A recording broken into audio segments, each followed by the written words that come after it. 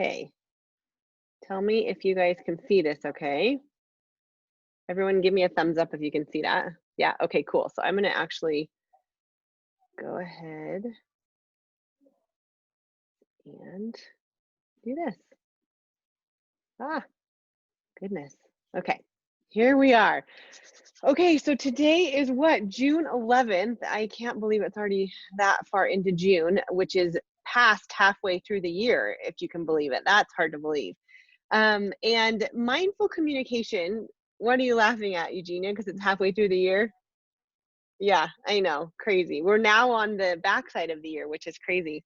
Um, but I'm really excited to talk about mindful communication today. Cheyenne and I were talking about just different ways that people communicate and the effects that communication has on every relationship that we have, from meeting someone in the grocery line, or from your postman delivering something, to your boss at work, to your spouse, to your kids. Communication basically will dictate the kind of relationship that we will have with all of the people that we interact with. And I think it's really easy to take communication for granted. And the thing that has popped up for me this week is tone of voice. And oftentimes when I'm speaking to my kids or even to Chris, I realize, gosh, that was a really sharp tone. Is that necessary? And then the scary part is when you hear your kids then say that same thing in that same tone to you. That's when you're really like, whoa, okay, I need to watch my tone and really mindfully communicate no matter what situation I'm in. So let's move to the next slide. Okay, so communication is the human connection and is essential to achieve successful interaction. So basically, like I said, the type of communication we have will determine the outcome of our relationship. So how we choose to communicate with every single person that we interact with, including ourselves, determines our relationship. And there's definitely a difference between communicating and just spouting things out and mindfully communicating. And when I was thinking about mindful communication the other day, I had to really think about, okay, what's the difference of me just talking and me talking with a really mindful intention?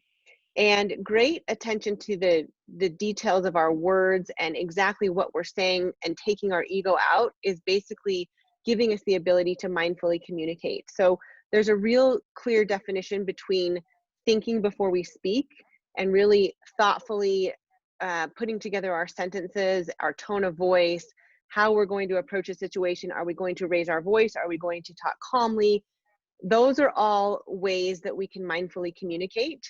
And when we mindfully communicate, think about, for me, just first thing that comes to mind is thinking about communicating with my kids. So if I want them to do something and I've asked them 5 times and they haven't, oftentimes that makes me raise my voice and say, just get it done. But when I go over and I look them in the eyes and I can speak in a way that it's a lower tone, for it's odd, but they seem to listen better. So that's one thing that came to mind when I was thinking about, when before I speak, thinking about it and really truly choosing my words, choosing my tone of voice. That's mindful communication. And relationships will flourish when we speak mindfully and impeccably. Has anyone read the Four Agreements?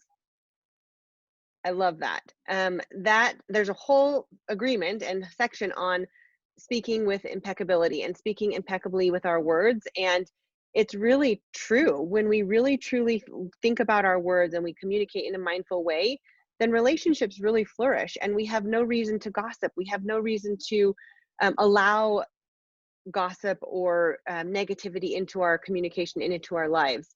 And the first step, as we all know, we've heard this so many times, listening is the first step towards mindful communication and really hearing the other person. And how many people have a friend that when they have a conversation with them, the friend can't wait to get their side of the story in, or doesn't even hear you because they want to then tell you their side of the story?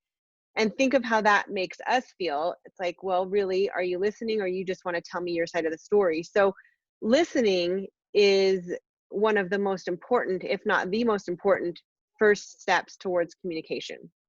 And Cheyenne, I know you have something to add with that, because you are really Yeah. good at listening and hearing and mindfully communicating.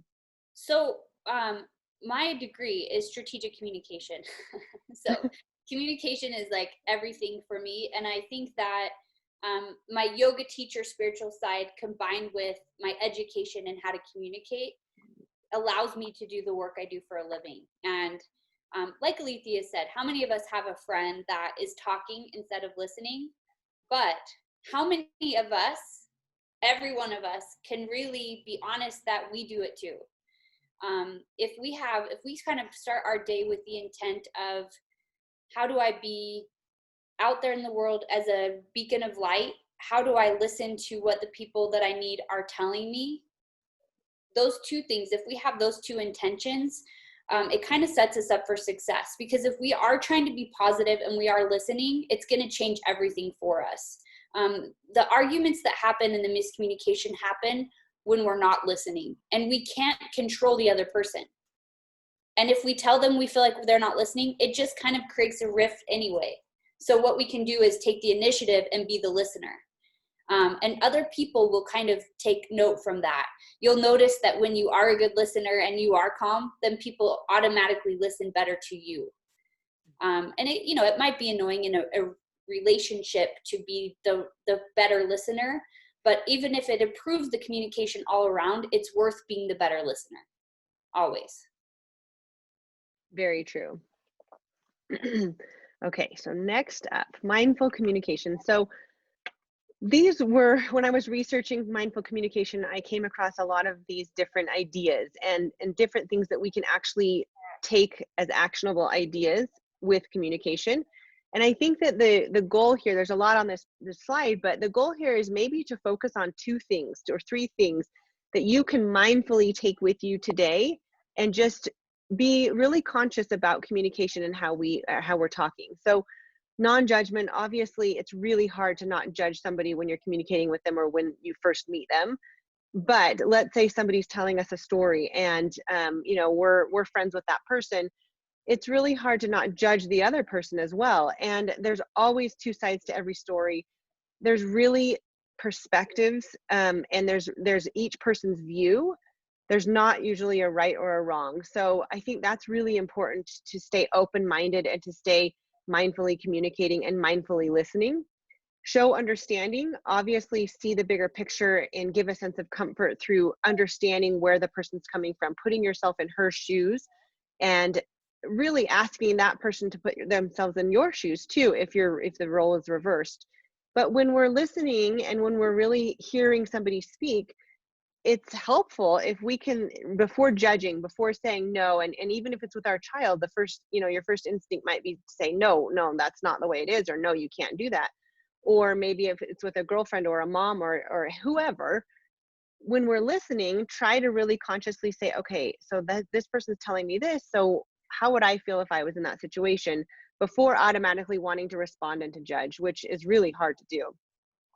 Okay, being present. This is something I'm working really hard on, because we all know that this has taken away so much of our presence in relationships and communication. And the other day, my daughter told me that she's really happy that I'm not staring at my computer all day long anymore, and that I'm really being present with her.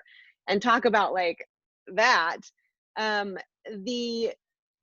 Think about when you're speaking like to your mom or to a friend and they're doing this.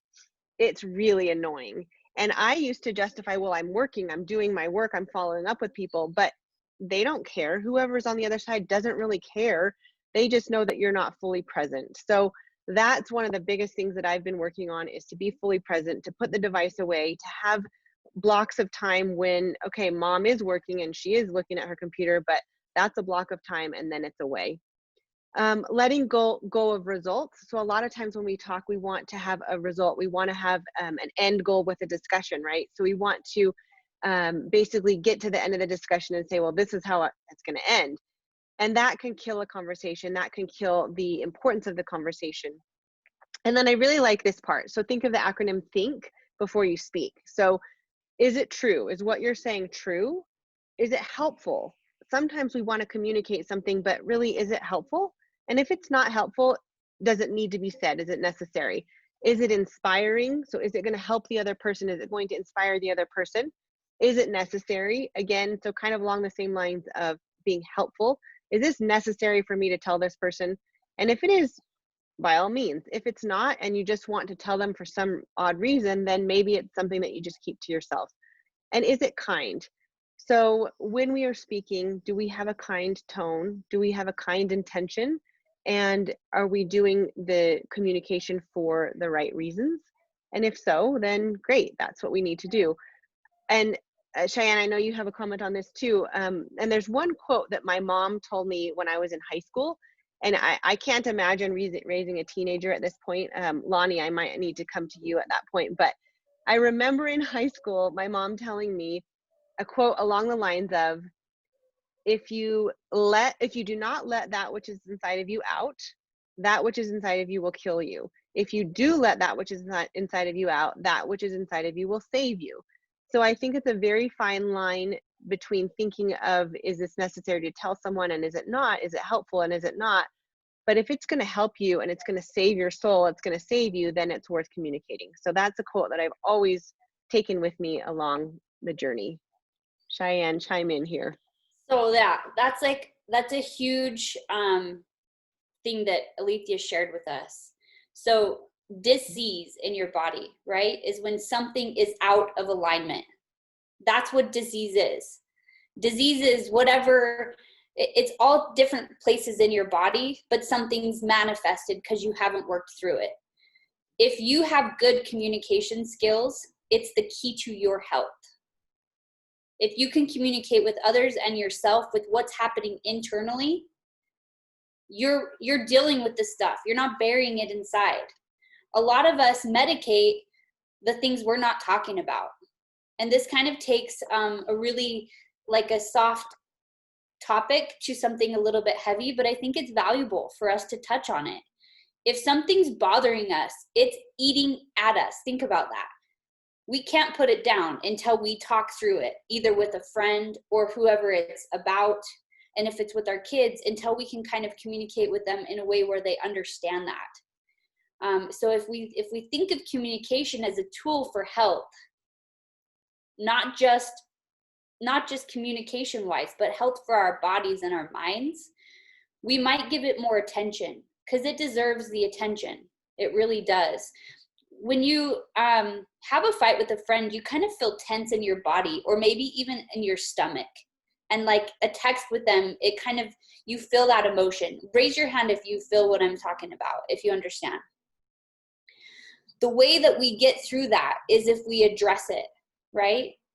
But we can address it one of two ways. We can address it mindlessly and not really think through it, or we can look at this thing that Alethea has given us, and we can go and say, okay, I'm going to take a step back and try to see this from their side. I'm going to be really gentle so that I feel okay and that the other person feels okay, even if it's a hard conversation. I'm definitely going to stay present, give them my full attention, not let it be anywhere else. And there's really not, I'm not looking for a certain response here. It's mostly just a dialogue.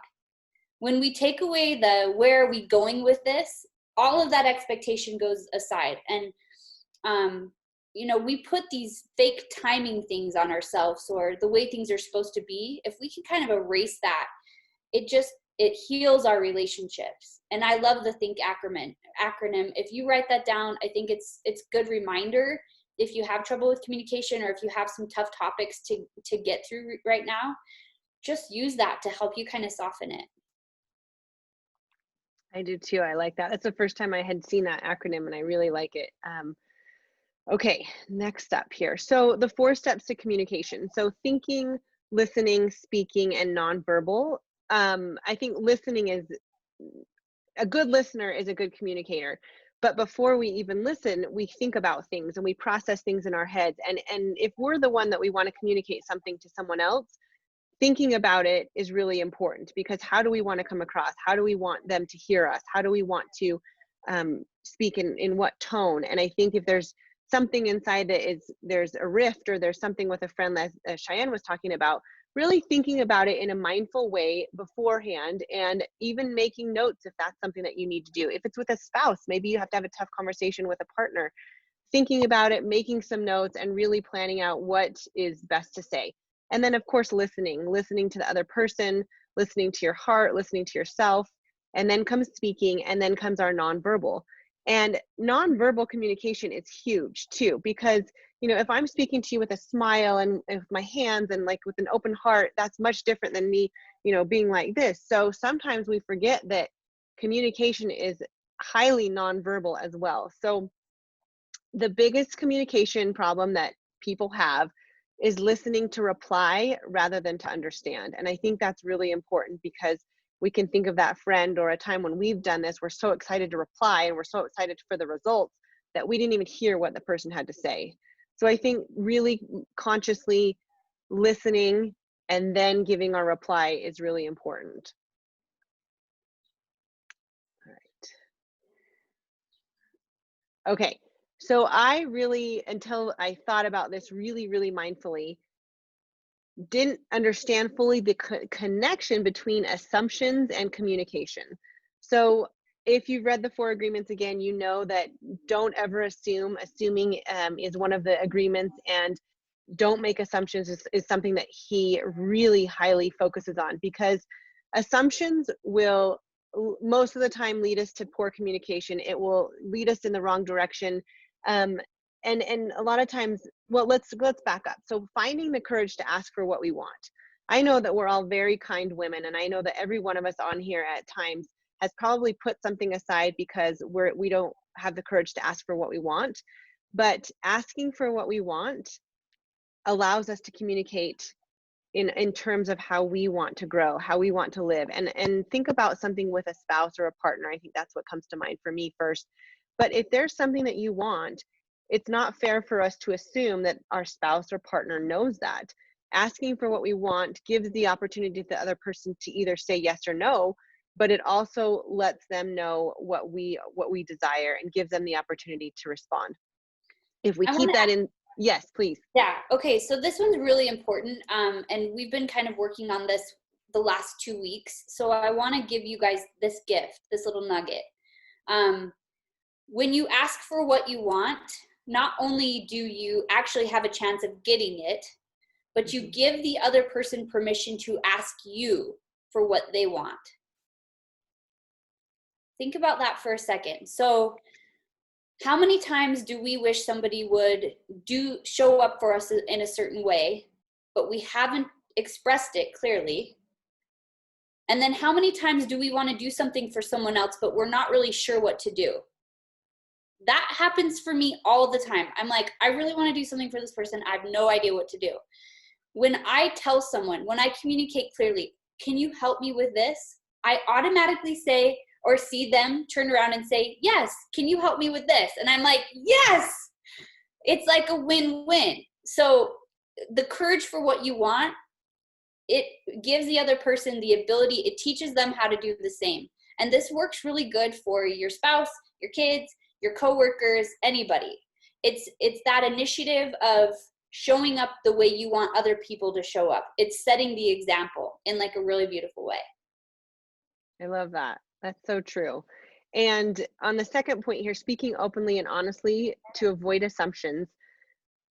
Again, I didn't really realize the full connection between assumptions and communication, but when you speak openly and honestly, you won't have to make assumptions. And then the day that we stop making assumptions is the day that we're mindfully speaking and we're really truly speaking from our heart and letting the other person decide how they want to respond. Okay, the biggest assumption humans make is seeing things through their own eyes. So a lot of times we assume that everybody sees the things the way we see the things, and that's just natural. But that biggest assumption that everybody sees things how we do, we're assuming that other people think the same way that we do, that they're going to respond the same way that we do. And then a lot of times that allows us to be disappointed because we wanted something, we assumed that they knew, they didn't know, and they didn't give us what we wanted, and therefore we're disappointed. And then it goes into this cycle. And again, something that comes to mind is a birthday or a celebration, or how many of us either we're dating somebody or we're married and we think, oh, this is Valentine's Day, it's going to be amazing. And then it was totally not. And we assumed that our partner knew exactly what we wanted, but we didn't communicate it. So again, assumptions, communication, mindfully letting that all out is crucial to any relationship. And a And lot of by times the way, Monday is Alethea's birthday, and we are not going to see you until next Thursday. So everybody on here, let's just high five Alethea that she has a really great birthday. Thank I did not want to forget a birthday shout out. That was good timing. Well, thank you. I don't assume that anybody will remember on Monday, or that you have to remember. I will not assume that. Okay. And again, we assume that people think that we think that people know what we want. It's always mindful to ask questions rather to assume. So with mindful communication, ask questions, be mindful through questions, and then we can be clear on what we want and what the other person wants. Impeccability of the word shows self-love. So again, going back to the 4 agreements, I just love that whole agreement on being impeccable with our words, because that means that we're thinking about what we're talking, or before we're talking, it means that we're thinking about the other person. It means that we're thinking about ourselves. And then it shows self-love because we have enough respect for the other person and for ourselves to communicate what we desire. Okay. Before we go to the guided meditation, does anybody have examples or thoughts on communication, or things that they do on a day-to-day basis that maybe that they want to change with communication? Has this sparked any thoughts for anyone?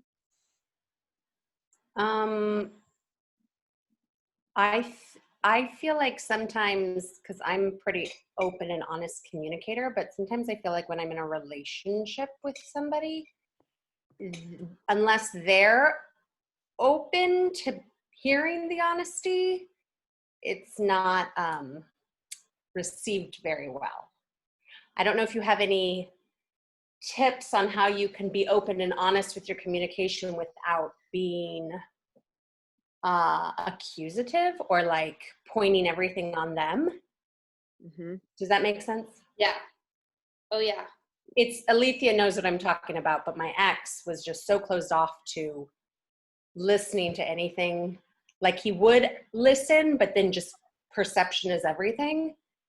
And I just feel like what I was saying was not coming across. And then it comes back in a defensive way because, well, I said this and that, wasn't kind or whatever. Do you want me to take this one? Sure, go ahead. So just right now with everything that's been going on in our world this year, everyone I'm talking to, whether that's a client, friend, or family, is traumatized by what's happening. So normal conversations right now are strained. Yeah, totally. Anyway, and being really aware of that and gentle with people is kind and important. In a relationship, when we have hard conversations that need to be had, the way we start that conversation is going to be completely different on what the end result looks like. I'm going to use an example just so we have something to play with. Let's say that I've made plans with somebody and it's 5 o'clock and at 5:05 they've said, oh my gosh, I completely forgot about our plans. And I'm noticing that this is a pattern. So I'm going to say, thank you for letting me know. Let's meet up tomorrow. Right? When you meet up tomorrow, you start the conversation and saying, I know that hurting my feelings wasn't your intention, but I want to share with you how that made me feel. Right. That's if you always start it with giving somebody the benefit of the doubt somehow. Even if they don't deserve it, you deserve a calm conversation. Right. Right? Yep. So I know that you care about me. I know that you have my best interest at heart. I know that your intention wasn't to make me feel bad. However, I want to tell you this is how I'm feeling, and I would love for us to find a way to move forward in a new way. This is how we set boundaries. This is how we learn how to interact with people, but protecting ourselves. We have to be the number one person. If you find that setting a boundary for someone doesn't work, maybe this relationship isn't healthy. Right. And if you want to have conversations with us about boundary setting, that's a topic we cover regularly with clients. But if you want to have a really good chance at a calm conversation, it's always benefit of the doubt followed with this is how I'm feeling, followed with what's a good way we can meet on the middle of this. Yeah. No, that's a good tip for saying, I know you didn't mean this, but it takes the animosity out of the conversation. Yeah. It's not going to be helpful. No matter how upset you are, how bad they screwed up, you don't want to deal with a heated emotional conversation. It's not worth your time. Totally. And we might be in a pattern of that being our regular, but it's up to us to break it. I am the queen of that. Trust me, I've had 1,000 heated conversations, and that's why I have done the work I've done to learn how to break that for myself. And luckily, I get to do work to teach others that. Yeah. But I in my 20s, I was the queen of yelling matches, and I was like, this is just not working. Yeah. Totally. How do I do this differently? So that's a good tip. And to piggyback on that, I think that especially different cultures communicate or don't communicate in certain ways. Culture has a lot to do with who we're speaking with. And I know, Eugenia, you can relate. But an automatic response a lot of times. Greek men? I didn't say a specific culture. I just said cultures in general. But a lot of times defense is the number one. Hitting your head against the wall sometimes. Yeah. Yeah. And defensiveness is a really common way for people to communicate. And especially if they haven't really been open and taught how that is not healthy. So one of the tips that I can offer to a situation like that is that opening up with a positive in the very beginning, like Cheyenne said. So, I know that your intention wasn't to hurt me, but let me just tell you how I feel and just listen for a moment and then, go forward with that. But a lot of times I have realized if I say, that was so rude of you, why would you have done that to me? Then automatically it's like, 10x defensiveness. So when I can mindfully go to the person and say, I know you didn't intend for that, but let's talk about this. And then also something that's really helped me would be to reiterate what they say. And it may not be much, it may not be kind, it may not be exactly what you want to hear, but, oh, I see. So you're feeling that I don't do this. Or it's kind of like a sportscaster when you're reiterating the game at hand. So if you're the sportscaster, you're saying, okay, he dribbled to the left, he dribbled to the right. So you're reiterating what the person is telling you in a way where you're letting them hear, oh, I see, you're really unhappy with me telling you what to do all the time. Okay, that makes sense. Instead of being like, well, I don't tell you what to do all the time. So those are little things that have sort of helped me in a relationship that A, has culture in it, B, communication is not easy on either end, and C, it's worth working through. So just some tips for that. Totally. I want to touch on something. I've had a lot of clients bring up kind of communication with their kiddos during the last 90 days and kind of butting heads with their kids a bit and also feeling frustrated, or their kids kind of throwing fits that are a little bit abnormal for them, kind of like showing some tantrums and whatnot that are just out of the norm. So I want to give you some tips on kiddos. Kids in this new generation understand more than we did. And that's kind of a science thing that you can study on your own. My belief system around it is partially technology at their fingertips, that I think their brains are developing at a faster rate, but their emotional maturity is not there. So they kind of understand things, but regulating the emotions is a lot of hormones and time. If you're noticing that communication with your kids is tough, I kind of have like a soft white blanket in my room, where I do a lot of my work that I use for conversations with my clients or kids. Sit down, get down to their level, and ask them to tell you how they're feeling. And listen, like Alethea said, really listen, let them talk. Tell them, say, can you tell me what are you thinking about right now? Or what are you afraid of right now? Or what are you excited about right now? If you can ask them those questions and really look at what they're telling you, the answers are there. They might be a little bit cryptic because they're kiddos, but I think listening and communicating with kids right now is as important, if not more, because they can sense that a lot of stuff is uneasy and unstable, but they're emotionally not able to understand what's happening. You don't have to have the answers, because quite frankly, none of us do. But just by telling them, thank you for sharing with me. I'm going to be here for you through this, no matter what happens.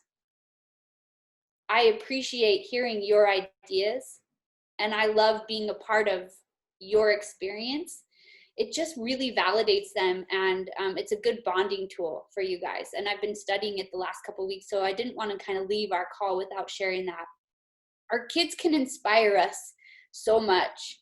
They can be our sunshine that keeps us going through this tough time, and they need our cheerleading as much as we need each other's and our own. I love that. And I think one point that you said, Cheyenne, we don't have all the answers.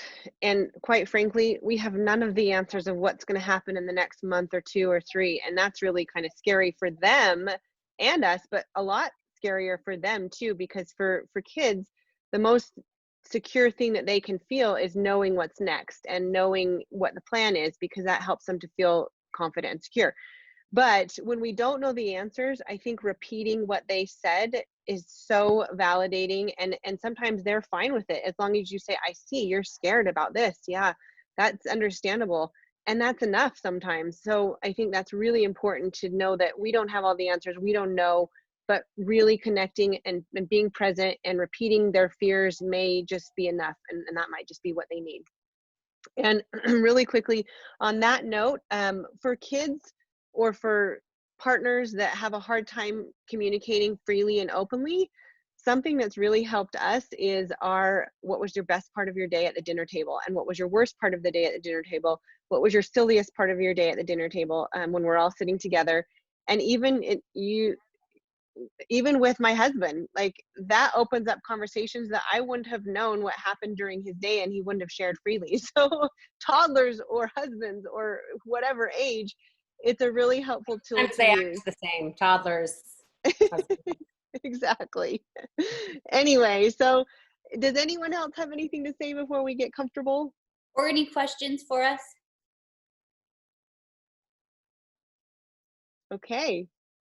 All right. Well, I'm excited for this guided meditation. I know Cheyenne has really mindfully put some thought into this. So everybody get comfortable. So just as we get started, I want to tell you a little bit about this meditation. I wanted to offer something to cut away negativity for all of us. So this meditation is a cord cutting meditation. So think of this as anything you want to let go of and move forward without. That's the intent of this. So sit comfortably and close your eyes when you're ready. And let's take a few really nice deep breaths together. So inhale slowly to the count of 4. Pause at the top. And exhale to the count of 4. Inhale again to the count of 4.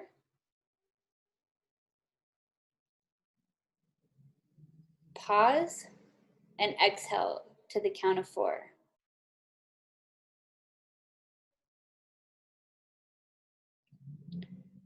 Take another deep breath and focus on your breathing. Imagine roots growing from the bottom of your feet going down into the earth. Further and further. Faster and faster until they reach the core of the earth. Here there's a beautiful bright white light that feels so calm and peaceful. Imagine this light traveling back up your roots to the soles of your feet, up through your body, aligning, rebalancing, and activating your chakras. Now see this light traveling up through your crown chakra at the top of your head. Go with this light up out of your body and connecting with source energy, with God, with the divine. Feel the love, the oneness. Feel yourself complete, all that you are, all that you aspire to be, in your perfect wholeness, connected and with one with all creation and unconditional love of all that is.